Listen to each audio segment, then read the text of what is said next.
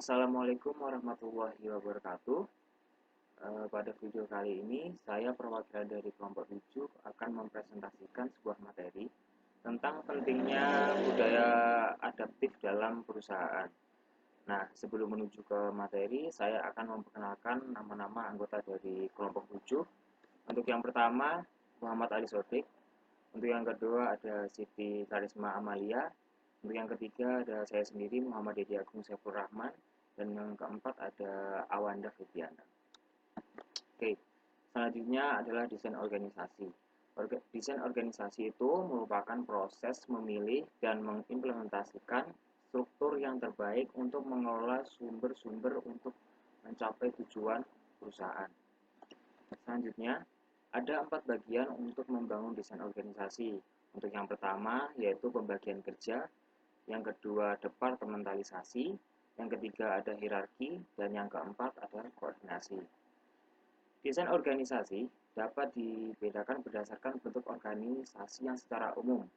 Nah, ini dibagi menjadi dua, yaitu bentuk organisasi birokrasi dan bentuk organisasi adaptif.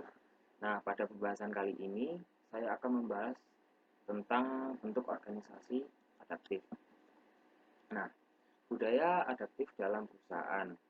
Jadi, budaya adaptif adalah budaya organisasi di mana karyawan menerima perubahan, termasuk penyelarasan organisasi yang berkelanjutan dengan lingkungannya, juga perbaikan proses internal yang berkesinambungan.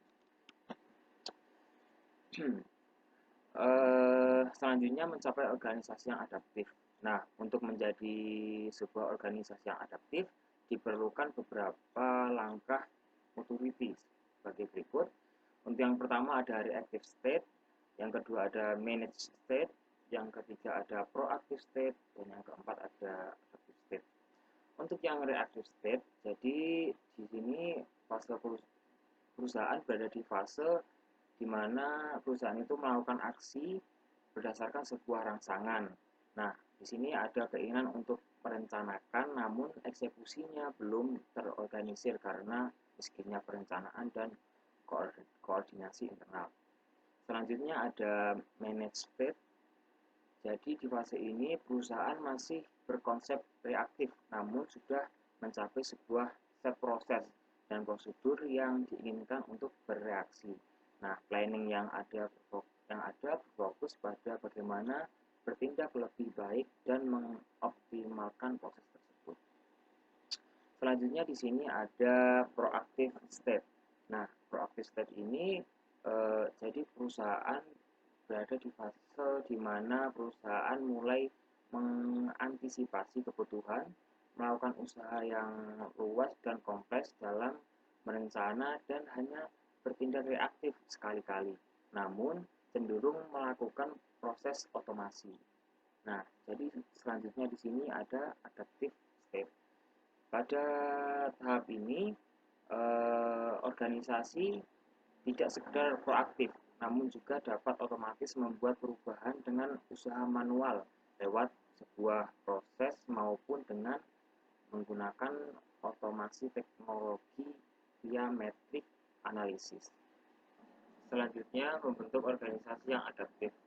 Menurut William Palmer, pengarang buku Shaping the Adaptive Organization, dalam dunia bisnis sudah banyak seorang pemimpin yang sukses melihat perbedaan dan mampu memanfaatkannya sebagai kunci untuk mengalahkan para pesaing.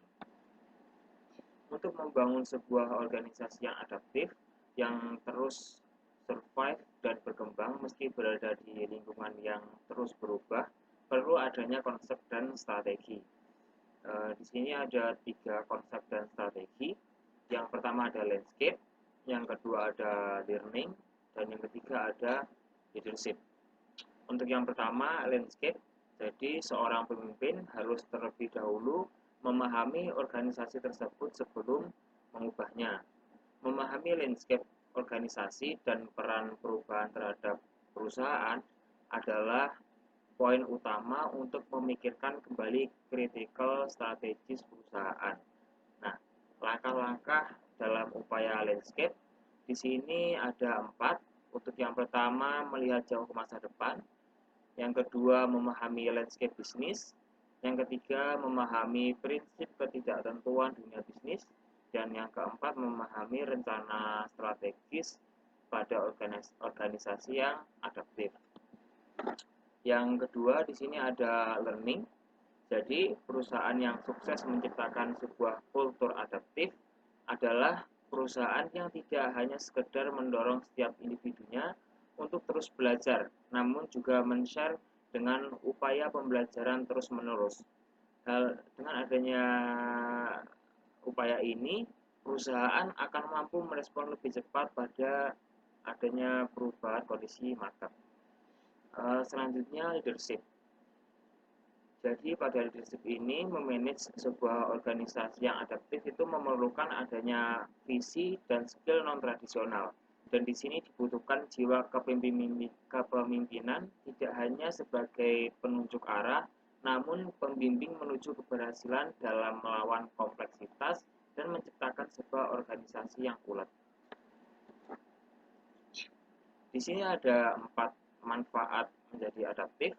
Untuk yang pertama efisiensi, yang kedua flexibility, dan yang ketiga timelines, dan yang keempat value atau cost.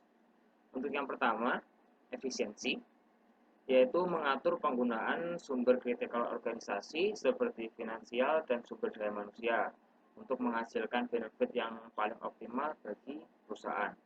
Yang kedua ada flexibility, yaitu kemampuan yang mengizinkan sebuah organisasi untuk selalu siap bertindak ketika adanya sebuah kesempatan yang telah teridentifikasi, baik sebuah kesempatan bisnis, keperluan kompetisi baru, ataupun kesempatan untuk menggunakan teknologi untuk mendukung bisnis service.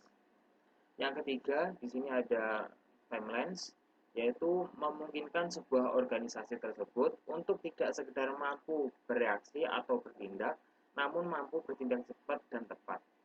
Yang keempat ada value atau cost, yaitu meningkatkan value yang diberikan ke organisasi lewat posisi yang memberikan keuntungan terbaik dari pertumbuhan opportunity. Jadi kesimpulannya adalah budaya adaptif adalah budaya organisasi di mana karyawan menerima perubahan, termasuk penyelarasan organisasi yang berkelanjutan dengan lingkungannya, juga perbaikan proses internal yang berkesinambungan. Budaya adaptif dapat diwujudkan diterapkan baik secara fisik, konten, maupun aktivitas yang bertujuan untuk meningkatkan performa perusahaan, termasuk di dalamnya taraf hidup masyarakat sekitar, dilakukannya kegiatan sosial perusahaan bersama para pemangku kepentingan, serta program edukasi masyarakat. Di era globalisasi saat ini, sangat penting bagi perusahaan untuk memiliki budaya adaptif.